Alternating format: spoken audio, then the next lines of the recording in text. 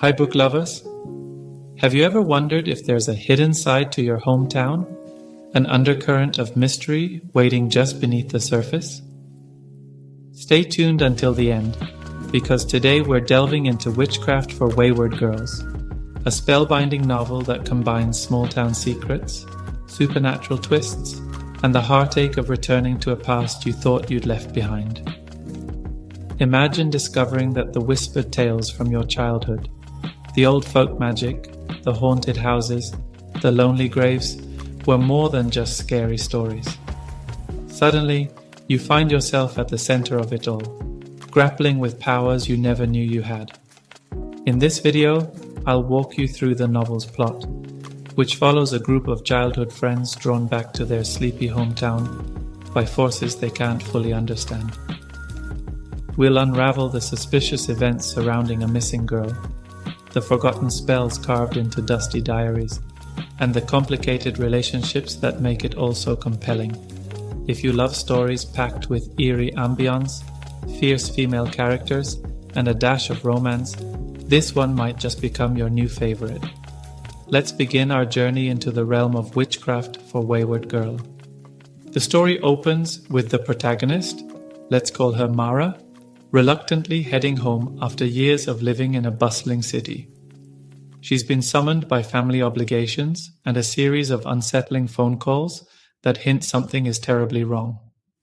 The air is thick with tension the moment she arrives, and it isn't just the stagnant heat of summer. Old memories start to resurface, including cryptic rhymes chanted at sleepovers, rumors of witches who once roamed these streets, and the sudden disappearance of a girl no one ever found. Mara quickly realizes that she isn't the only one receiving strange signals. Her former best friends are also back in town, each wrestling with unfinished business of their own. Reunited but uneasy, the friends circle around the biggest mystery haunting them. A teenage girl, rumored to be connected to their old witches' club, has vanished under circumstances eerily similar to a tragedy from their youth. Cryptic symbols appear at the edge of town, and peculiar runes etched on tree trunks lead them down dusty roads of forgotten lore.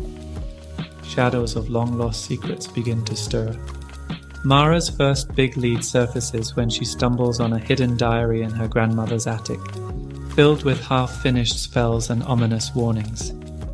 Every page crackles with the possibility of real magic, yet the entries also reveal a heartbreaking history that stretches back generations.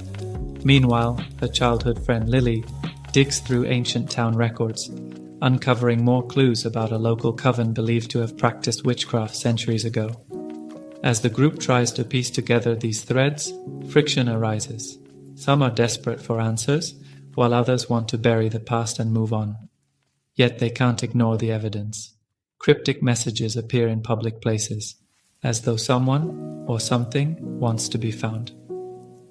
The missing girl's mother pleads for their help, confessing that she believes the same paranormal forces that nearly took her daughter's life years ago have returned. The tension escalates when a suspicious fire destroys important evidence at the town's oldest library. Determined to press on, the friends find themselves performing cautious rituals late at night, praying they don't unleash darker powers in the process.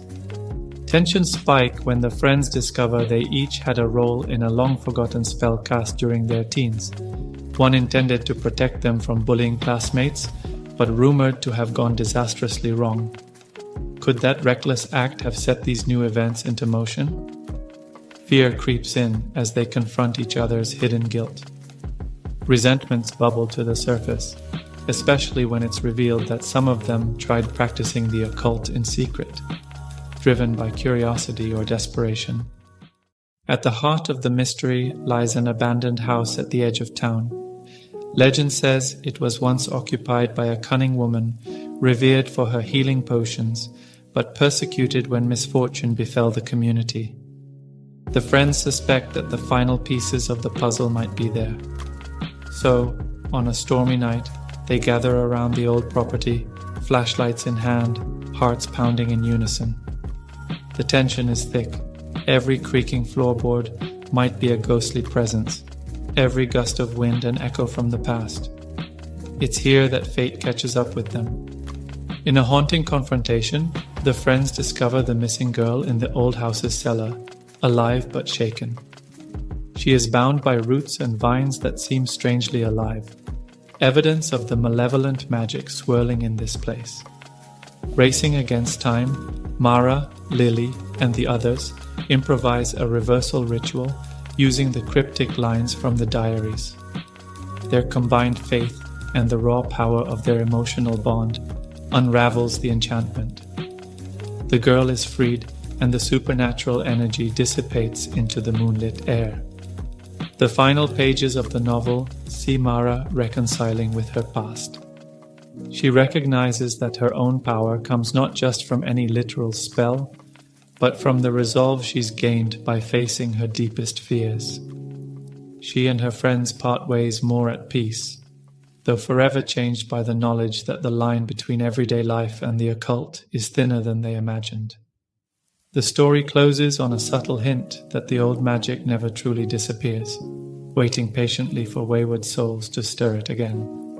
Witchcraft for Wayward Girls presents itself as a bewitching mix of supernatural lore, small-town drama, and raw emotion. One of its greatest strengths is how it seamlessly integrates themes of friendship, regret, and self-discovery with the eerie allure of witchcraft. The setting feels vivid and claustrophobic. One can practically sense the humidity in the air and hear the whisper of spirits in abandoned corridors. The main characters, though occasionally prone to teenage-style angst, are well drawn, each grappling with real-life pressures like strained family relationships or an unfulfilling job. This grounded realism makes the novel's supernatural elements more impactful, creating an atmosphere where the boundaries between the ordinary and the mystical blur. If you're seeking a narrative that's pure escapism, you may find some of the heavier themes, like guilt, grief, and facing past traumas, intense. Yet that emotional weight is exactly what gives the story resonance. Moments of terror feel earned, and the final resolution, while dramatic, leaves room for the haunting possibility that not all is neatly wrapped up. In essence, it's a page-turner with substance. There are minor quibbles, certain side characters fade into the background, and some readers might crave a deeper exploration of the historical origins of the witchcraft itself. Nevertheless, Witchcraft for Wayward Girls delivers a solid blend of suspense, emotional depth, and atmospheric chills. The novel is perfect for fans of Gothic-inspired stories, compelling mysteries, and close-knit friendships tested by supernatural forces. It also provides a timely reminder that sometimes our biggest enemy is our own unresolved history, even more so than any ancient hex. And that wraps up our deep dive. Thanks for joining me on this magical ride. If you enjoyed this summary and review, please subscribe to the channel, give this video a like, and share your thoughts in the comments below. I'd love to hear what you found most intriguing about this supernatural story. Was it the rekindled friendships, the eerie atmosphere, or the twisty plot full of secrets? Plus, let me know which books you'd like to see reviewed next. Stay tuned until the end of every video for more spine-tingling recommendations. Together, let's keep exploring hidden worlds, unearthing forgotten spells, and embracing a little magic in our everyday lives.